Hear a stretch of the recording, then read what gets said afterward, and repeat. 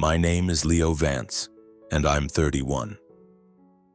These days, my world is a modest apartment in Queens where the endless city noise outside my window, the cry of sirens, the rumble of the subway, the glow of neon signs has become a strange kind of comfort.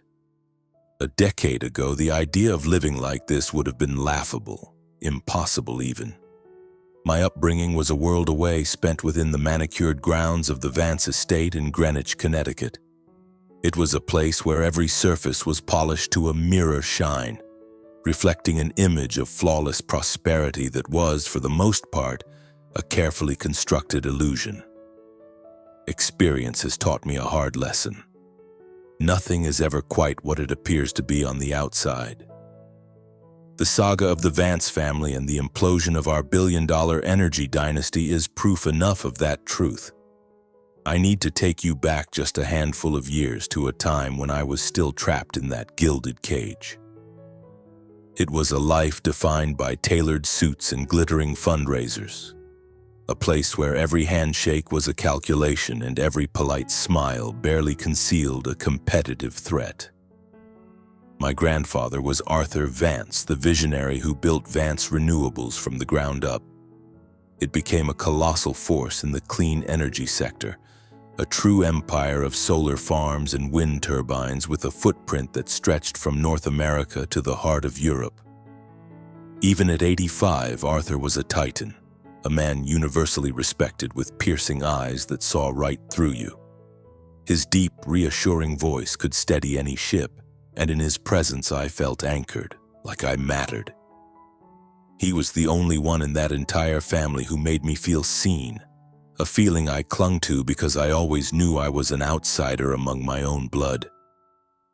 The Vances, well, you could describe us as a permanent high-stakes chess match where every member is a player, and the only goal is to capture the throne.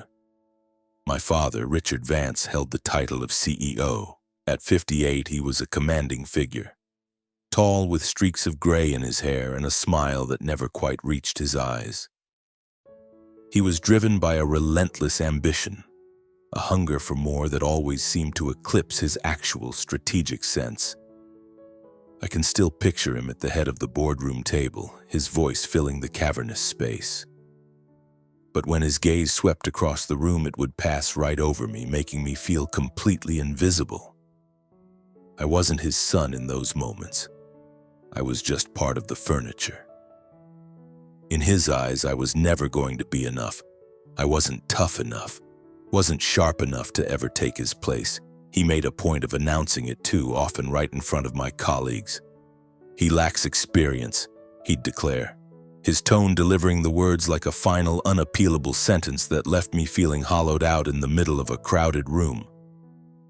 Then there was my Aunt Catherine, the 55-year-old CFO. She always made me think of a viper coiled patiently in the dark, just waiting for the ideal instant to strike. Her mind was a razor, terrifyingly astute, but she channeled that intelligence into manipulation and intrigue, not into building anything of value. Her primary sparring partner, Uncle Edward, 60, was the director of business development, and a human volcano always on the verge of eruption.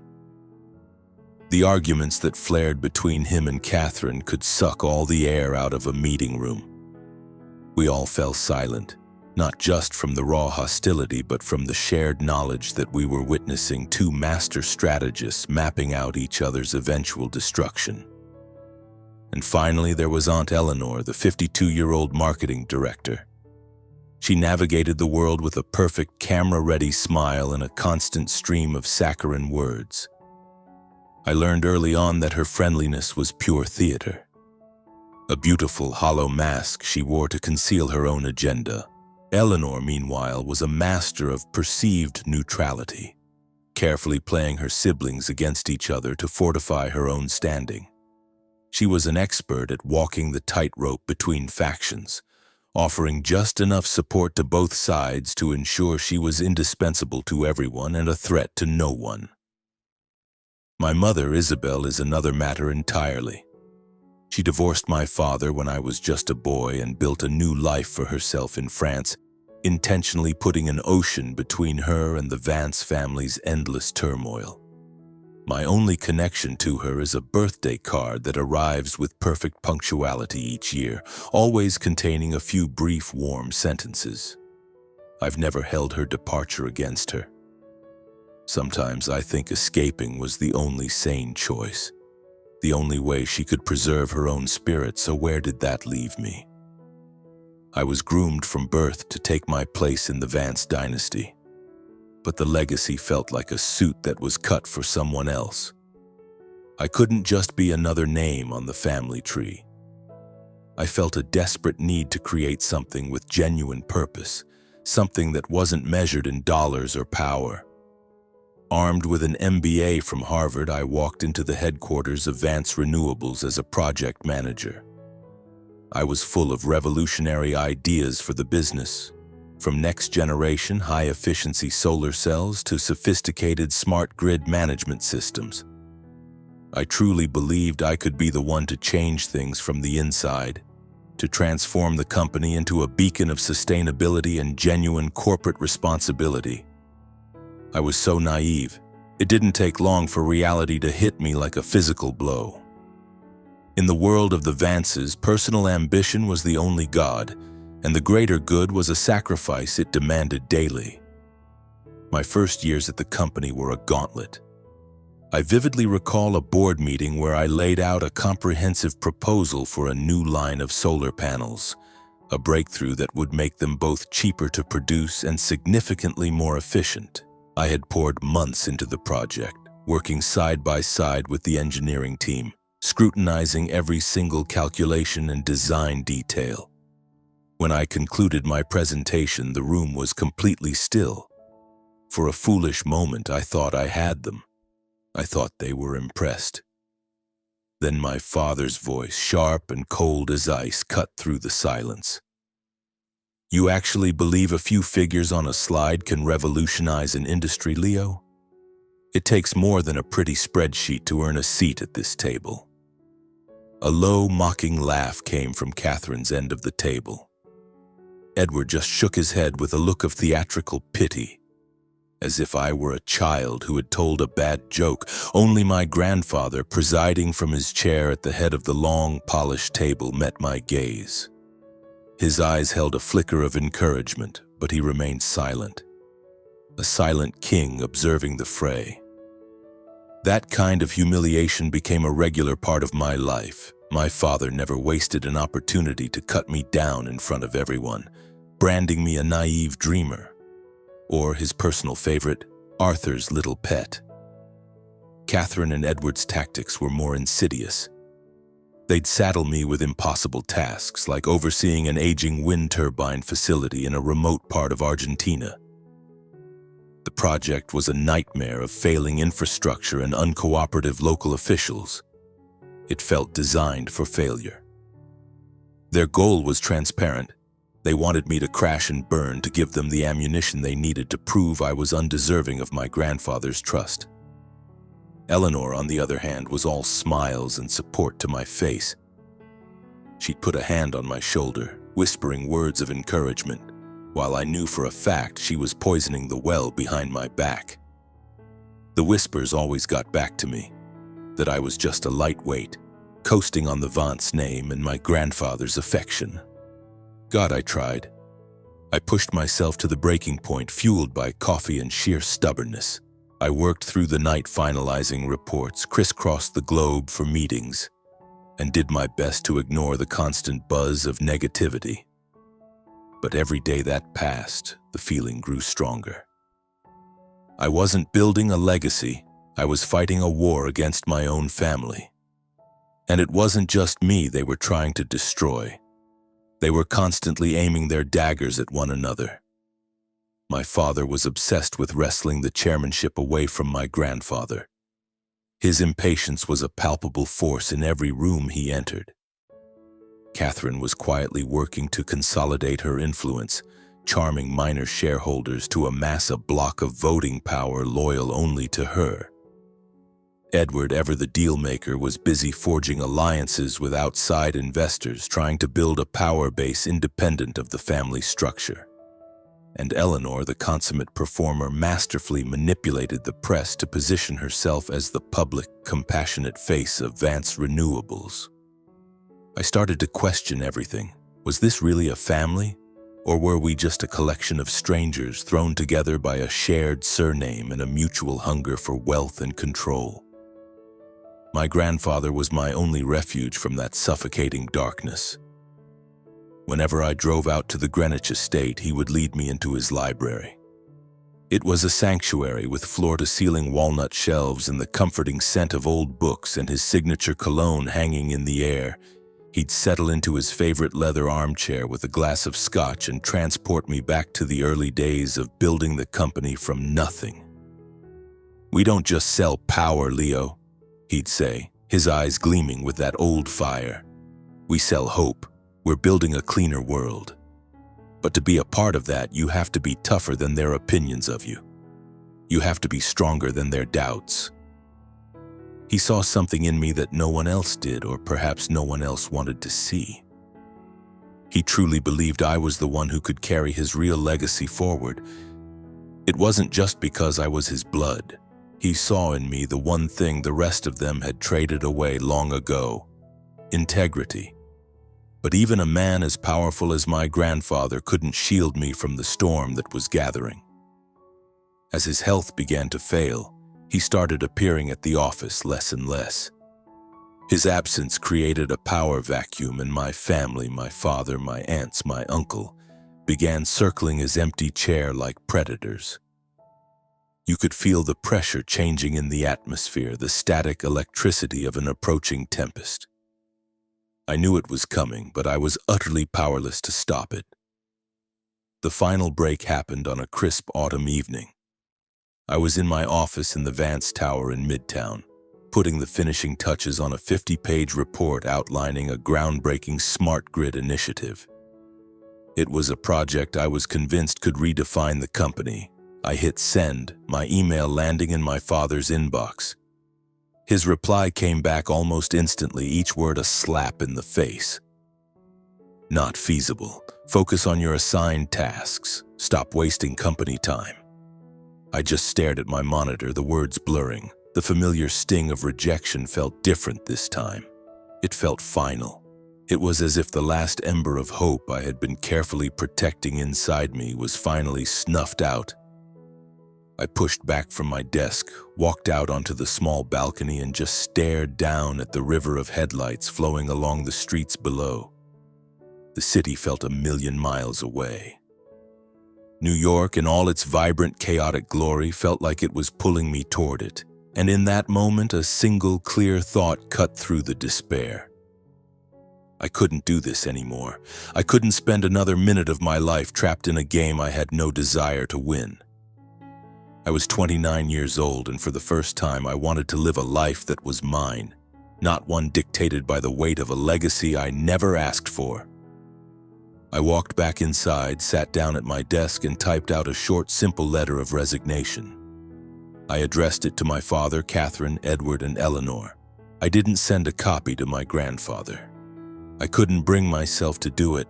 It wasn't because I was afraid of his anger or his disappointment. I was terrified that he would ask me to stay, and I knew if he did, I wouldn't have the strength to refuse. The family's response was exactly what I expected. My father was on the phone the next morning, his voice thick with scorn. "What do you possibly think you can accomplish out there, Leo? You're nothing but a coward, a quitter." Catherine and Edward didn't even dignify my email with a reply. But the gossip mill quickly reported back that they were telling everyone I was a traitor who had spit on the family name. Eleanor, of course, sent a long, flowery text message filled with hollow platitudes about respecting my decision and wishing me well. I could practically feel her delight through the screen. With me gone, there was one less competitor for her to worry about. It was my grandfather who summoned me out to the Greenwich estate a few days later. He wasn't angry. There was no lecture, no reproach. He just sat in his library, looking at me with eyes that were weary but still held their familiar, intense light. "You have to find your own way, Leo," he said, his voice quiet but firm. "But don't ever forget that this legacy, The good part of it is in your blood. It goes with you no matter where you end up. I could only nod, fighting back the lump in my throat. I promised him I wouldn't let him down. And so I walked away from Vance Renewables and started my life from scratch. I found a job at a small green tech startup based in Queens, surrounded by brilliant, driven people who didn't give a damn about my last name or my family's money. Together, we were building energy management software, tools that helped municipalities streamline their power grids and cut down on carbon emissions. For the very first time, I felt like my work had a real purpose. I wasn't chasing power or profit. I was doing something that felt truly, fundamentally right. I was slowly, painstakingly building a name for myself, one that had nothing to do with the Vances. And while my life in Queens lacked the empty glamour of Greenwich, it had something far more valuable. I was finally free. But I was never naive enough to believe that the story was over. A part of me always knew that my connection to that family was a chain that hadn't been fully broken. With my grandfather growing more frail with each passing season, I couldn't escape the premonition that something immense and terrible was waiting for me just over the horizon. I tried to keep that feeling at bay, to pour all my energy into my work at the startup. I focused on the long, collaborative days with the engineering team and the quiet, peaceful evenings with my wife, Sarah, and our little girl, Chloe. Reading her a bedtime story was an anchor in a world I knew could become a storm at any moment. But every time my phone buzzed with an incoming call from a Greenwich number, my stomach would clench. My body would brace itself for the impact of news I desperately wanted to never hear. And then, on a frigid winter morning, the news came. It didn't come from my father or my aunts. It came from an old friend, and the information he delivered over the phone shattered my carefully constructed world into dust. I was sitting in our small startup office, the weak morning light illuminating the code on my screen. I was in the middle of reviewing a demo for our new energy management software when the call came, and everything changed forever. The sharp buzz of my phone cut through my concentration. I glanced down at the screen and saw the name, Mark, my best friend from college, a guy who now moved comfortably in the city's most powerful circles. The text was short, brutally direct. "Leo, I just heard the news about your grandfather. He's passed away. I'm so incredibly sorry. Call me if you need anything at all." I read the words once, twice, a third time, my brain refusing to process them. They just hung there on the screen, an impossible configuration of letters. A cold vice clamped around my chest, squeezing the air from my lungs. The small office, usually a place of comfort, suddenly felt claustrophobic, the walls closing in. Gone?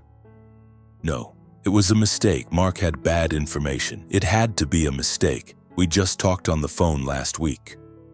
His voice had been fragile, yes, but still full of that familiar warmth as he asked about the startup, about Sarah, about Chloe. He promised he'd come out to Queens for a visit as soon as he felt stronger. That future, that promised visit was now just gone. How could he be gone? My hands were shaking so badly I could barely unlock my phone. I fumbled to find my father's contact, my thumb jabbing at the screen. The phone rang once, twice, each tone stretching into an eternity of dread. On the third ring, he answered, "Leo." His voice was clipped, utterly devoid of warmth. It was the same tone he used for a quarterly earnings call, not for his son. "What is it?" I had to swallow past the lump forming in my throat to get the words out. My own voice sounded foreign, thin. "I just got a text about Grandpa. Is it true? Dad, is he gone?" A beat of dead silence hung on the line, a void that confirmed everything before he even spoke. Then the single word, delivered with the flat final tone of a closed ledger.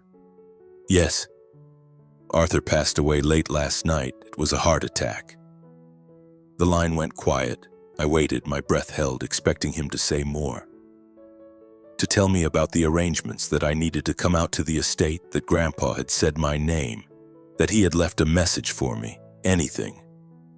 But there was only silence. And then his voice came again, colder and sharper than before, each word a carefully placed blade. The family has already met. We've decided it's best if you don't attend the funeral. We will handle everything from here. Don't make this more complicated than it needs to be. And then he was gone. He just hung up. I stayed frozen in my chair, the phone still glued to my ear, listening to the monotonous hum of the dial tone. Don't need to attend the funeral, don't complicate things. The words echoed in my head, a cruel, nonsensical loop. I was his grandson, the one he loved, the one he had poured so much of himself into. How could they do this? How could they slam the door in my face at the moment I needed to be there most? Panic set in.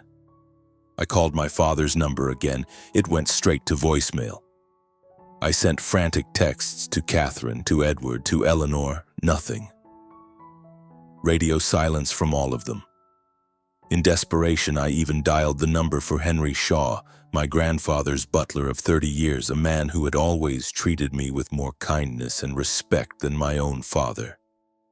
When he answered, his voice was strained, formal in a way it never had been before. I am very sorry, Mr. Leo, but I am simply following my instructions. I've been told you are not permitted on the property. The floor dropped out from under me. My own family, the people whose approval I had once so desperately craved, the institution I had naively believed I could reform. They had not just pushed me away, they had erased me. But this was something I could not, would not accept. It wasn't about defiance or picking a fight. It was simpler than that. I had to say goodbye. I needed to stand in that room to see him one last time, to make a silent promise that I would honor his faith in me.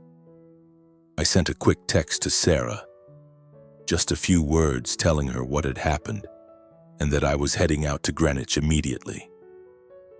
She called back instantly, her voice tight with concern. Leo, are you sure about this? They've told you not to come. What if they try to hurt you? I knew she was right to be scared. I was scared too. But the thought of not going was unbearable. You don't get it, Sarah, I said, my voice cracking under the strain. He was the only one who ever saw me, who ever believed in me. I have to be there. I don't care what they want. Sarah was quiet for a long moment. When she spoke again, her voice was resigned. Okay, just please be careful, Leo. Call me the second you know anything. I promised I would, but we both knew the truth. I wasn't just driving to a funeral. I was driving straight into the heart of a hurricane. The drive from Queens to Greenwich took nearly 3 hours, the roads slick with a fresh layer of snow. As I got closer, the Vance estate came into view, its familiar stone pillars and perfectly sculpted evergreen trees rising against the gray winter sky.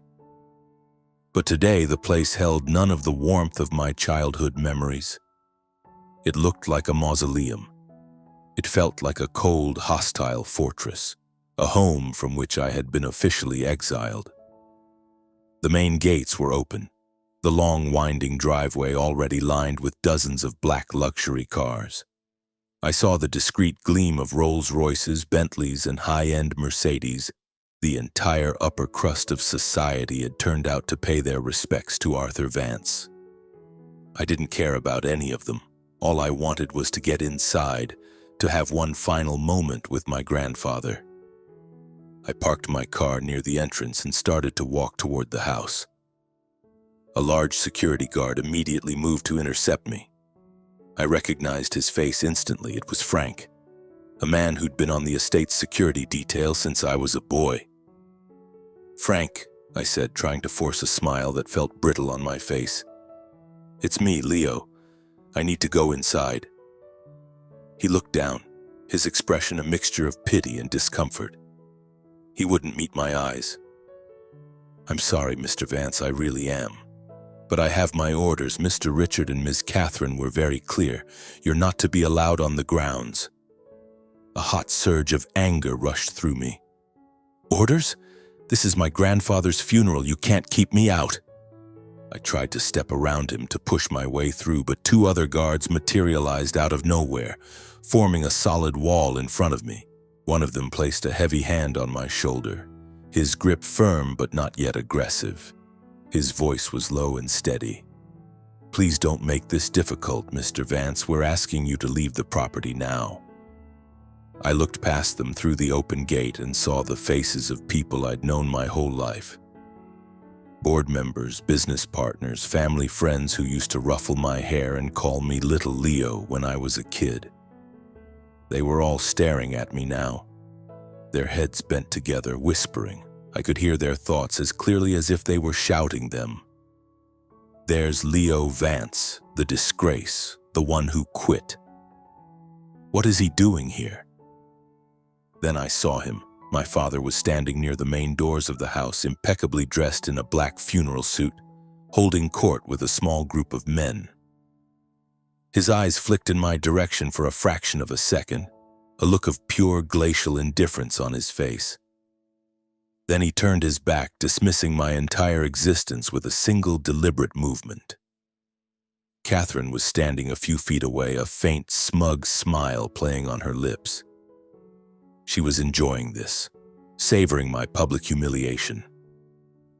Edward and Eleanor were nowhere to be seen, but I knew with absolute certainty that this was a united front. My entire family had come together for the sole purpose of erasing me, and that realization cut deeper than any insult they had ever thrown my way. "You can't do this," I yelled, my voice finally cracking. "He was the only one who ever gave a damn about me. You have no right." But Frank just shook his head again, his own voice now pleading. "Please, Mr. Vance, don't make us call the police. Don't make us use force." I stood there, helpless, my breath turning to smoke in the frigid air. It felt like my heart was literally breaking inside my chest. A part of me wanted to rush them, to fight my way inside and scream in my father's face, to tell them all that they were unworthy of even speaking my grandfather's name. But I knew it was hopeless. They held all the cards. They had won. For now. I turned around, walked back to my car, and slid behind the wheel. My hands clenched the steering wheel so hard my knuckles went white. The tears wouldn't come. I wasn't strong enough to stop them. I was simply too shattered to produce them. The long drive back to Queens was a blur. I felt numb, hollowed out. Memories of my grandfather came rushing back, not in a gentle stream, but in sharp, painful fragments. I saw us in his library, the fire crackling as he told me stories of the company's origins back when he was just a young engineer with a wild dream. Money, Leo, power, they're just tools, he'd said, his eyes burning with conviction. The only thing that matters is the legacy you build, what you leave for the people who come after you.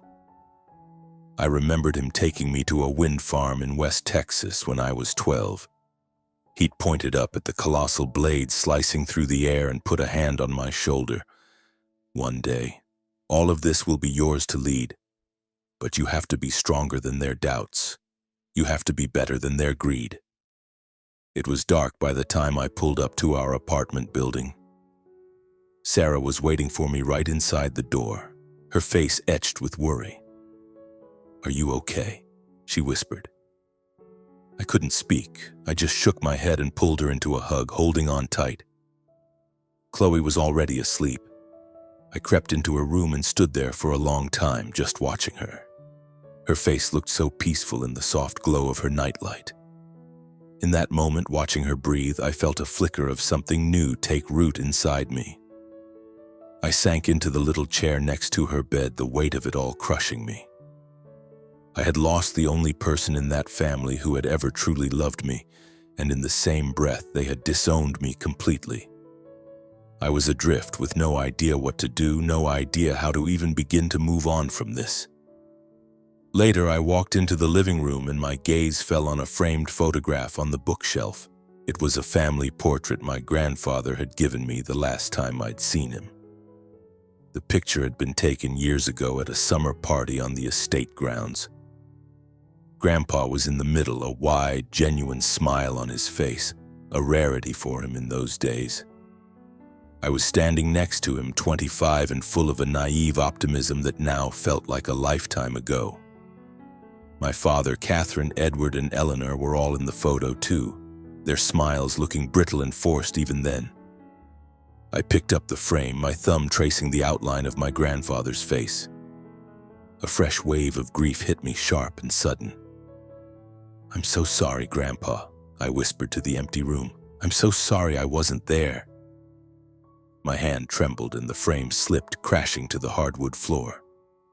The glass splintered into a dozen pieces. As I knelt down to carefully pick up the shards, I saw something that had been hidden behind the photograph itself. It was a small, neatly folded piece of paper tucked into the space between the photo and the frame's cardboard backing. My pulse hammered in my ears as I carefully unfolded it. It was a letter, written in my grandfather's unmistakable, elegant script. The first sentence stole the air from my lungs. "Leo, if you are reading this, it means I am gone. But there is something you must know. There is a truth you must hear from me." I sank onto the sofa, the paper shaking in my hands.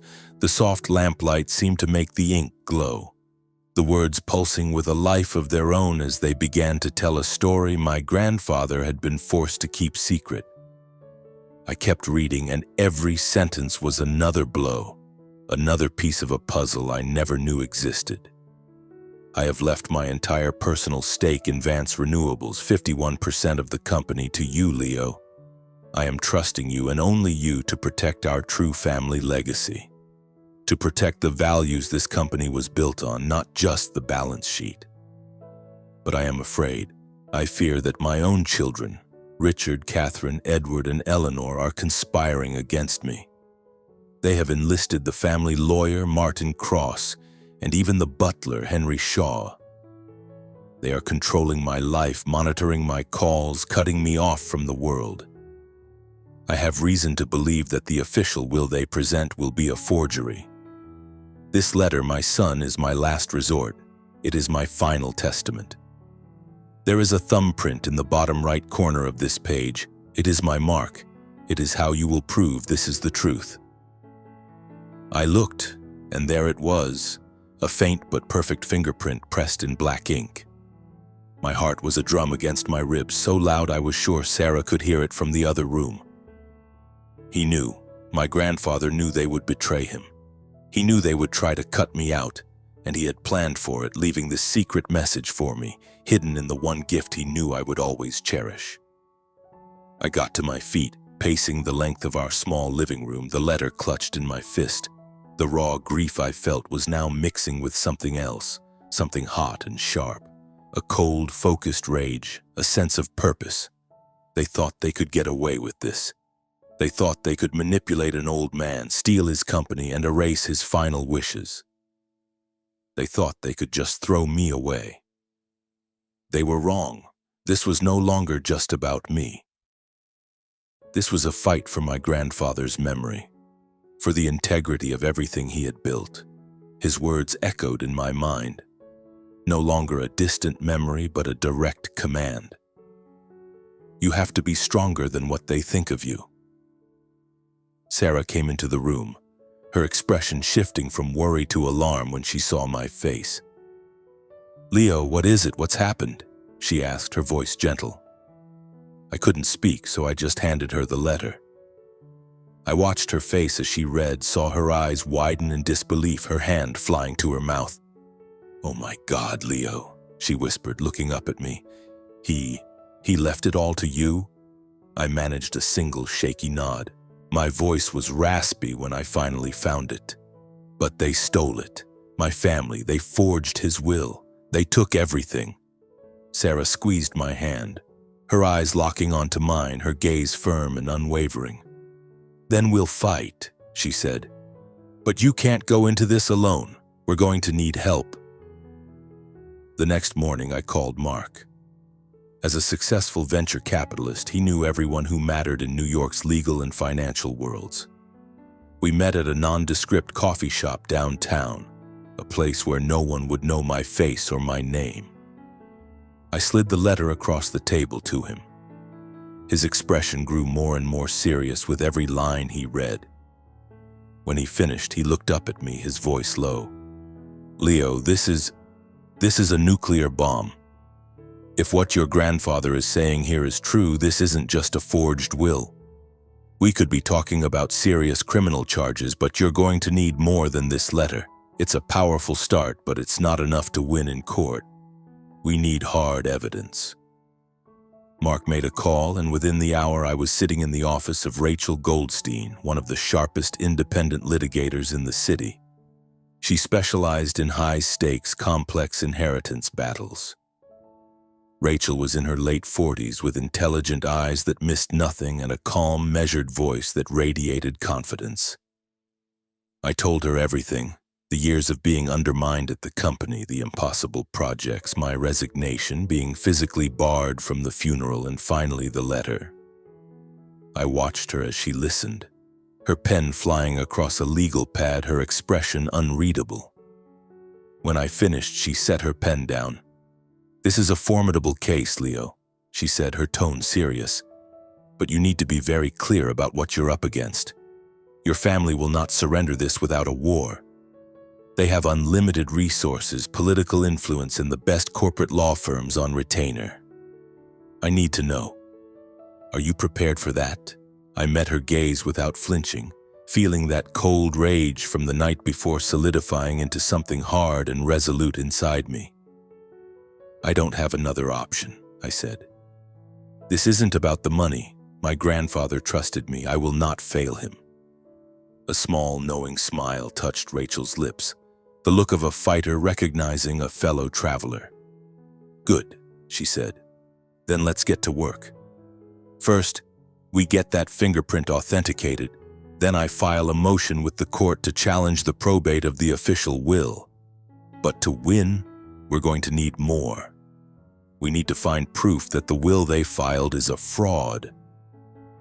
I suggest we hire a private investigator," she said. I agreed immediately.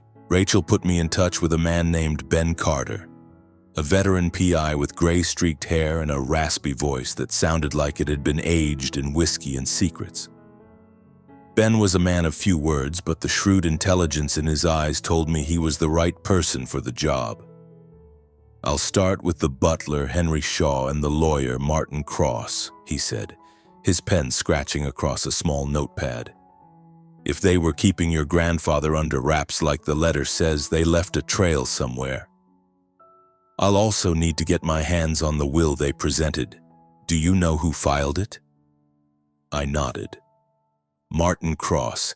He's been the family's lawyer for decades. He's completely loyal to my father and Catherine." While Ben started digging, I tried to go back to my life. I went to the office at the startup, but I couldn't focus. My mind was a million miles away. Every evening I'd find myself back on the sofa in our living room, reading my grandfather's letter over and over, as if new clues might magically appear in the ink. Sarah was my rock through all of it. She wasn't just my emotional support. She put her skills as a sharp investigative journalist to work, digging into public records and financial filings, looking for anything that seemed out of place. She started making calls to her network of sources in the energy sector, people who had done business with Vance Renewables over the years.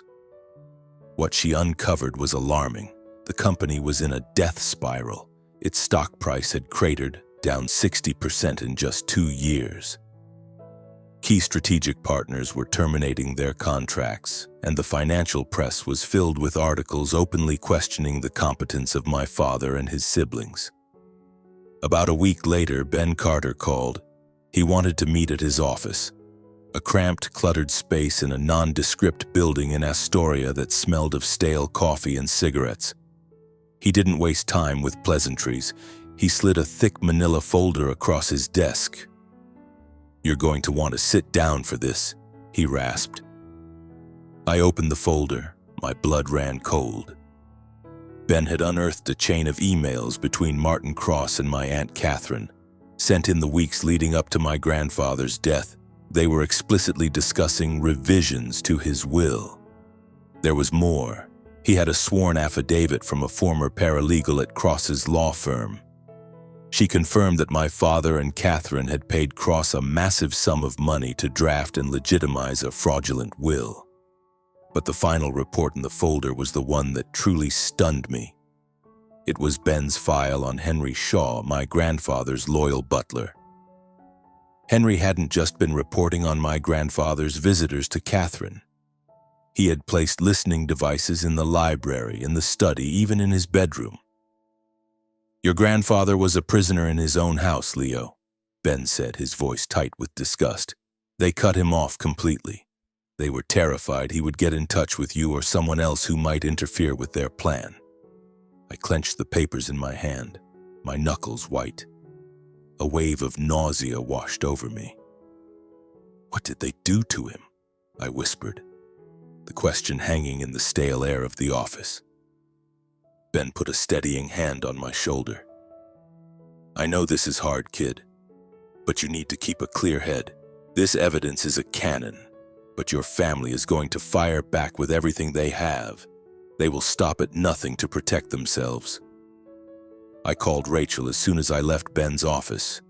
She agreed we finally had enough to move forward, but her warning was stark. "They will bring in a legal army, Leo. They are going to paint you as a bitter, greedy grandson trying to steal the company. They will attack your character, your credibility, everything. You have to be ready for that." I told her I was, and in that moment I wasn't afraid, not because I felt invincible, but because for the first time in my life I knew with absolute certainty that I was on the right side of a fight that truly mattered. I was fighting for my grandfather, for his legacy, and for my own soul. While Rachel assembled the legal case, Ben kept digging, and he found our star witness. Maria, my grandfather's private nurse during his last few months. Maria was a kind woman in her 50s with weary, compassionate eyes. She agreed to meet me at a quiet diner out on Long Island, far from the city. She took my hand as soon as I sat down, her own hand trembling slightly as she began to speak. "Mr. Vance was a wonderful man, Leo," she said, her voice soft. "But he was so alone at the end. That man, Henry, he wouldn't let him use the phone. Whenever you would come to visit, they watched him like a hawk. I saw him one afternoon trying to write a letter to you. Your Aunt Catherine came into the room and just snatched it right out of his hands. Her eyes filled with tears. He knew what they were planning. He was so worried about you." My own eyes started to burn, but I forced the tears back. "Maria," I asked, my voice thick, "is there any proof? Anything at all?" She nodded, reaching into her purse and pulling out a small spiral-bound notebook. "I kept a journal," she said, pushing it across the table toward me. "I wrote down everything, dates, times, who said what. I had a feeling you would need it one day." Armed with Ben's evidence, Maria's journal, and my grandfather's letter, Rachel filed a formal petition with the New York Surrogates Court to challenge the validity of Arthur Vance's will. The news hit the financial world like a shockwave. The media, already circling the struggling company, went into a feeding frenzy. Sarah used her connections to get the story to reputable journalists, who began publishing articles detailing the company's precipitous decline and the deeply suspicious circumstances surrounding the will. The public outcry forced my family's hand. My father held a press conference at the Vance Tower, standing before a wall of cameras and venomously declaring that I was a shameless opportunist, a disgrace who was exploiting my grandfather's death for personal gain. Catherine went on a morning news show, her face a mask of practiced sorrow, and told the world that I had turned my back on the family years ago and had no right to meddle in their affairs. Edward and Eleanor remained silent, but I knew they were working behind the scenes, whipping up support among the other shareholders, poisoning the well against me. The trial itself was a waking nightmare. Every day I sat in that courtroom and stared across the aisle at my own family, my father, my aunts, my uncle, flanked by their army of lawyers. Their legal team was led by a notoriously ruthless attorney named Jonathan Pierce, a man famous for his ability to demolish witnesses on the stand. Rachel methodically laid out our case. She presented my grandfather's letter, the authenticated fingerprint analysis, the damning emails from Martin Cross, Ben Carter's investigative reports, and Maria's detailed journal. I watched my family's reactions as each piece of evidence was entered into the record. My father's hands were clenched into tight fists on the table, his face a mask of fury. Catherine's expression remained perfectly composed, but I could see a slight, uncontrollable tremor in her hands. Edward leaned over and whispered something to Eleanor, who kept her eyes fixed on her lap, refusing to look at me. When it was his turn, Jonathan Pierce went on the attack. He painted me as a bitter failure, a spoiled brat who had quit the company because he couldn't handle the pressure. He brought out old performance reviews, memos my father had written criticizing my projects, anything he could find to portray me as incompetent and unfit to lead. He even had the audacity to suggest that I had forged my grandfather's letter, that I'd hired a professional to fake the fingerprint. But Rachel was unshakable. She calmly presented the expert forensic report that proved, beyond any doubt, that the fingerprint on the letter belonged to my grandfather. And then she called Maria to the stand. As Maria described my grandfather's final lonely months, her voice trembling with emotion, a hush fell over the entire courtroom. I glanced over at my father, searching his face for any flicker of shame, any sign of regret. But he just stared blankly ahead, his expression unreadable, as if her words were meaningless sounds in the air. The trial dragged on for 3 excruciating weeks. Every day was an emotional and psychological battle. My family's PR machine went into overdrive, planting stories in the tabloids that I was a vindictive son trying to destroy the family legacy out of pure spite. I got anonymous, threatening phone calls from minor shareholders who were still loyal to my father. But something unexpected began to happen. A number of the company's most significant institutional investors, people who had known and respected my grandfather for decades, started reaching out. They were fed up with the company's disastrous performance under my father's leadership, tired of the endless internal power struggles and the constant stream of negative press. Mark helped arrange a series of quiet, off-the-record meetings. I laid out my case to them, not just for the inheritance, but for the future of the company. I convinced them that this wasn't about revenge. It was about saving Vance Renewables, about restoring the vision and integrity my grandfather had instilled in it. Finally, on a gray afternoon in early March, the judge was ready to deliver his verdict. Based on the overwhelming evidence presented, the judge began, his voice echoing in the silent room.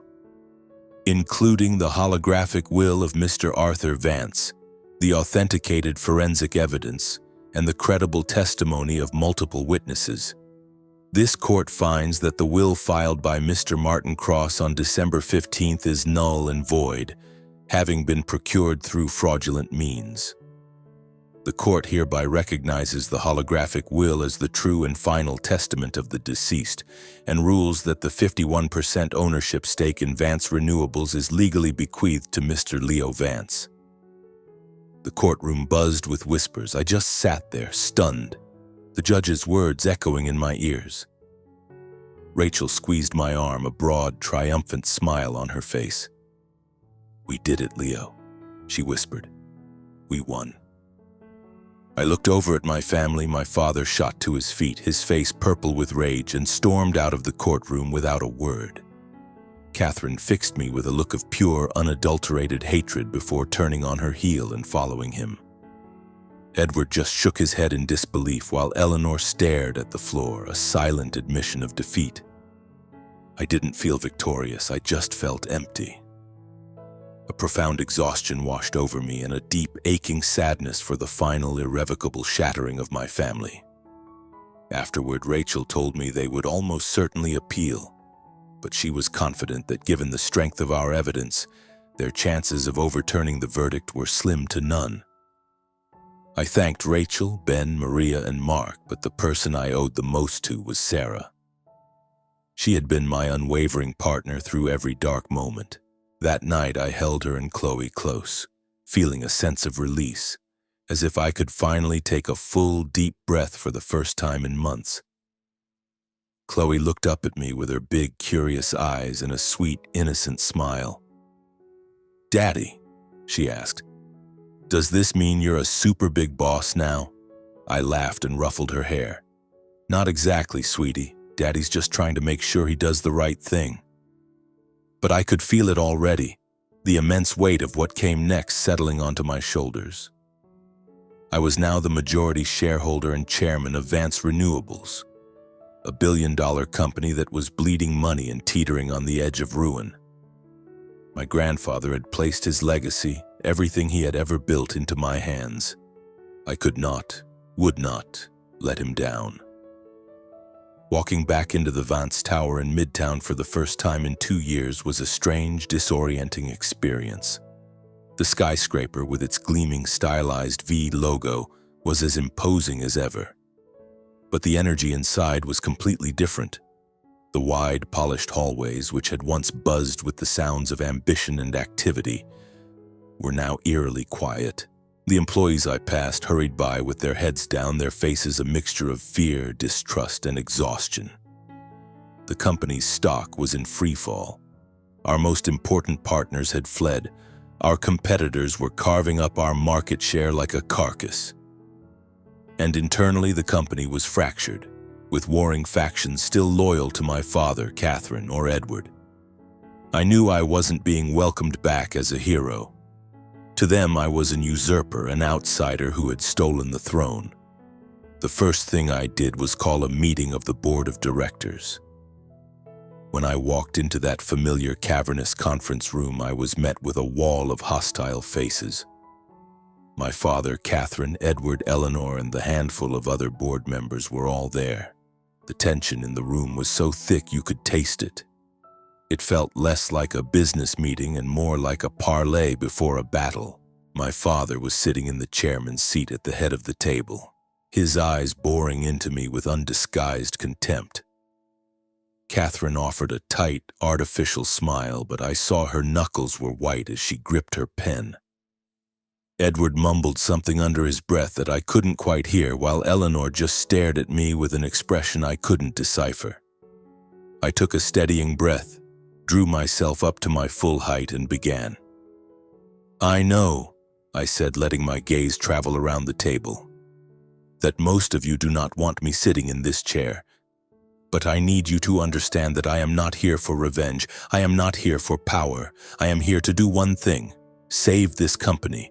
I am here for my grandfather, for his legacy, and for every single employee who has dedicated their career to this business."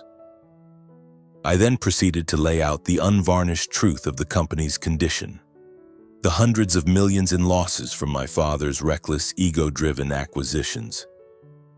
The major contracts lost because of Edward's abrasive and confrontational negotiating style. The millions wasted on Eleanor's bloated and ineffective marketing strategies. I didn't editorialize, I just presented the cold, hard numbers. I watched their reactions. My father's face reddened with fury. Catherine's lips pressed into a thin, hard line, and Edward finally exploded, slamming his fist on the polished mahogany table. "You really think you can do better than us, Leo?" he snarled. "You're just a spoiled brat who ran away when things got tough." I held his glare, my own voice remaining calm but unyielding. "I didn't run away," I said. "I left because I refused to participate in a culture of backstabbing and self-interest. But I am back now, and I will do whatever is necessary to pull this company back from the brink." I laid out my turnaround strategy. It involved a comprehensive corporate restructuring, which included removing executives who had demonstrated disloyalty to the company's core mission.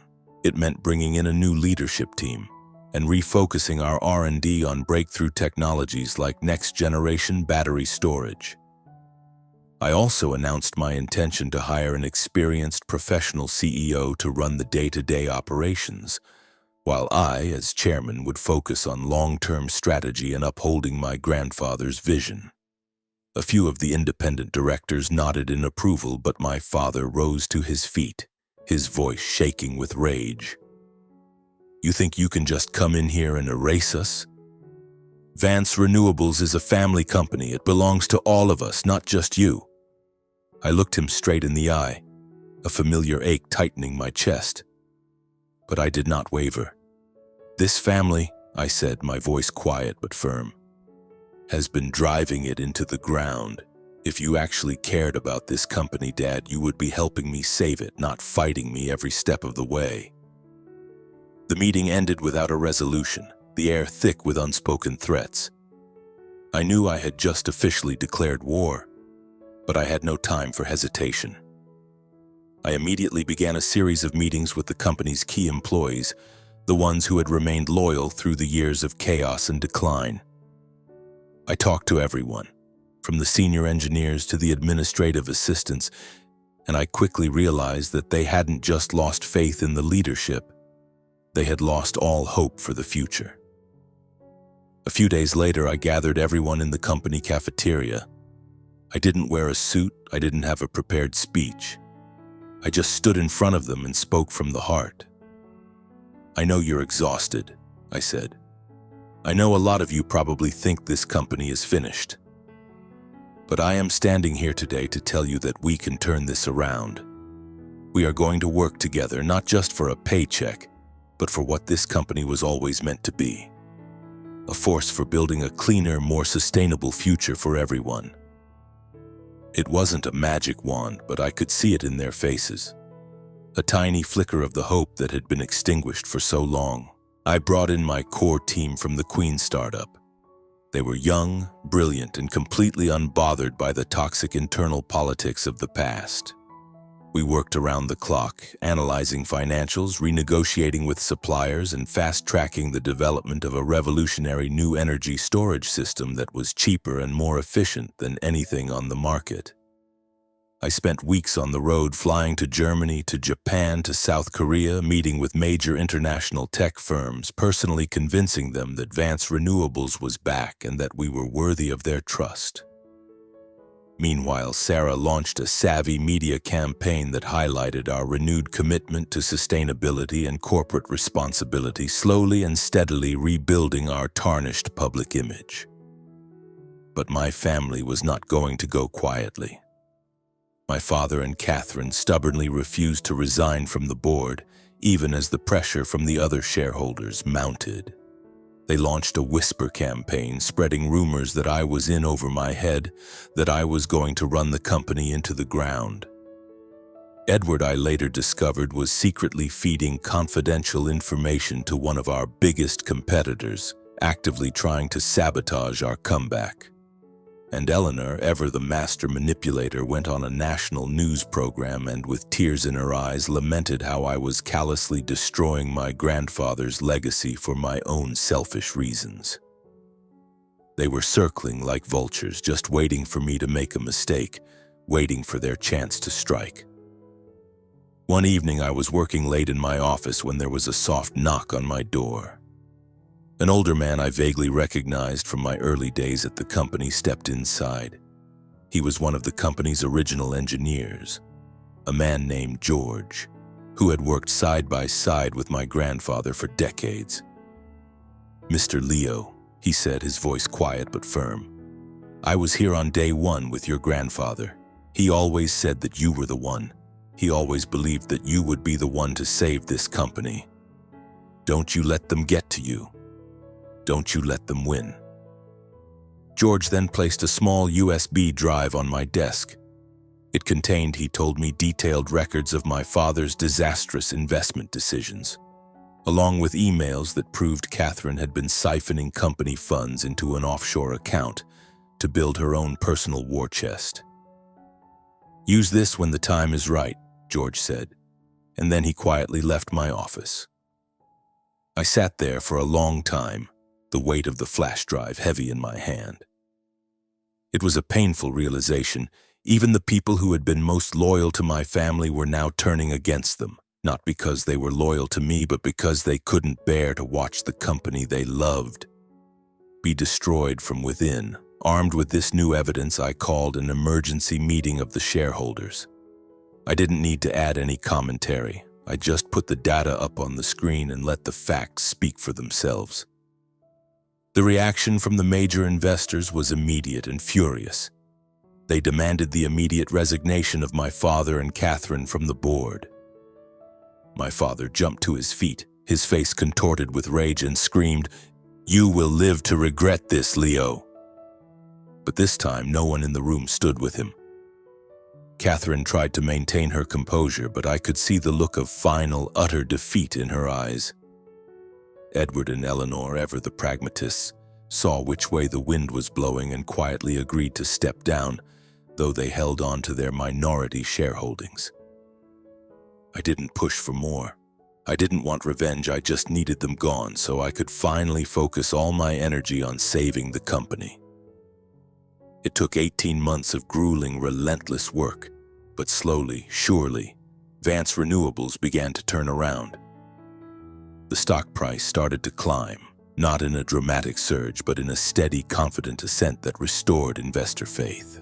We secured a major strategic partnership with a European energy giant, which allowed us to expand our footprint in Asia, and we successfully launched our new energy storage system, which was lauded by the industry press as a true game changer. I hired a brilliant new CEO, a woman named Priya Sharma, an Indian-American executive with a proven track record of turning around struggling tech companies. Priya brought a level of professionalism and operational expertise that the company desperately needed, which freed me up to focus on my role as chairman, on the long-term vision, on making sure that Vance Renewables would once again be a beacon of innovation and integrity. But this whole ordeal, this whole fight, was never just about a company. It wasn't even just about my grandfather's legacy. It was about me. It was about discovering a strength I never knew I had, about finding a way to rise from the ashes of betrayal and build something new. For years, I had held on to a naive, childish fantasy that one day my family would come together, that we would be united. I was so wrong. I learned that my true family wasn't the one I was born into. It was the one I had built, with Sarah, with Chloe, with friends like Mark, with all the people who had stood by me when I had nothing left. I never forgave my father or Catherine or Edward or Eleanor. Not because I was holding on to hate, but because I had to protect myself. I had to protect the new life I had built. I kept my distance, our communications limited to the bare minimum required by corporate law. My father and Catherine disappeared from public life, retreating into a self-imposed exile. Edward and Eleanor seemed to accept their defeat, living out their lives in quiet obscurity. One night I was standing on the balcony of my office, looking out at the endless glittering tapestry of the New York City skyline. And in that quiet moment, I could almost feel my grandfather standing there beside me. I could hear his voice in my memory. And leadership isn't about power, Leo. It's about responsibility. It's about what you build for others. I had done it. Not to prove my family wrong, but to prove to him and to myself that I was worthy of the faith he had placed in me. Vance Renewables was no longer just a business. It was a testament to his vision, and a promise that I would spend the rest of my life protecting it. But looking back, I finally understood that this long, painful journey was never just about saving a company. It was about finding my own strength. It was about learning how to stand on my own 2 feet, even with the scars my family had left on me. It was about understanding the profound truth that family isn't about blood. It's about love. It's about loyalty. It's about the people who choose to stand with you in the storm. More than 2 years have passed since I became chairman. Vance Renewables has not just recovered, it has surpassed its former glory. Our stock price is up over 40% from its all-time low. We are signing major international deals again, and our new energy storage system is being celebrated in the tech press as a revolutionary leap forward for the entire renewable energy sector. Priya Sharma, the CEO I brought in, has become an indispensable partner. Her brilliant operational mind turning my strategic vision into tangible results. But none of this was easy. Every single step forward was a fight, not just against market forces or our competitors, but against the long, dark shadows of my own past.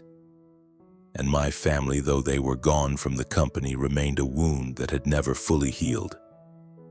My father, Richard, now lives in a sprawling penthouse on the Upper East Side, but he's become a recluse. I hear he spends his days on the golf course or at his club, avoiding anyone who might ask him about the company. He sent me a letter once, a long, rambling screed written in a shaky hand. It wasn't an apology, it was an indictment. "You destroyed this family, Leo," he wrote. "You think you're some kind of hero, but you're just a selfish, ungrateful child." I read it, folded it neatly, and put it away in a drawer. I wasn't angry anymore. I just felt a profound sadness for the man he had become, for the fact that he would never understand that my fight was never about defeating him. It was about saving what our grandfather had built.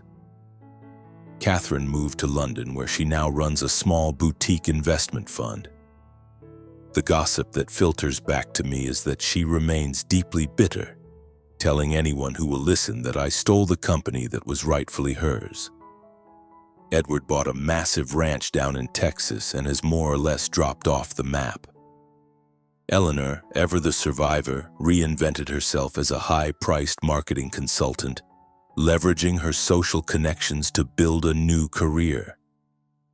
I have no contact with any of them. It's not about hate. It's about self-preservation. It's about accepting the painful truth that sometimes the people who are supposed to love you the most are the ones you need to keep the farthest away. But it wasn't all loss. Through all the darkness, Sarah and Chloe were my anchors, my constant source of light and hope. Sarah's intelligence and her unwavering love were the foundation on which I rebuilt my life. She was there with me through every single moment of despair, from the day I was turned away from my grandfather's funeral to the sleepless nights during the trial. She has continued her career as a respected environmental journalist, and her incisive, honest articles about the new Vance Renewables were instrumental in helping us win back the public's trust. And Chloe, now 7, is my daily dose of pure, uncomplicated joy. Whenever she draws one of her crayon pictures of superhero daddy standing next to a field of wind turbines, I can't help but laugh. And I think that maybe, just maybe, I'm finally getting something right. Mark is still my best friend, the brother I never had. He wasn't just instrumental in the lawsuit. He was the one who personally vouched for me with key investors. The ones who gave me the support I needed when my own family was trying to destroy me. Maria, my grandfather's nurse, is retired now, living comfortably on Long Island. I send her a gift basket every Christmas, a small token of my immense gratitude. And Ben Carter, the grizzled PI, has become an unlikely friend. He'll stop by my office every now and then for a coffee, and we'll trade stories. Mine about corporate turnarounds, his about the city's dark and hidden corners. But when I look back on it all, I see that this was never just a story about a company or a family feud. It was a story about my own transformation. For so long, I had clung to this idealized image of my family, this fantasy that one day we would all be sitting around a big table, laughing and happy like in some old, faded photograph. I wasted so much of my life trying to earn my father's approval, trying to win over Catherine, trying to prove my worth to Edward and Eleanor. I was so wrong. The family I was born into was never the family I needed. They made their choice. They chose power over love, money over loyalty, rivalry over kinship.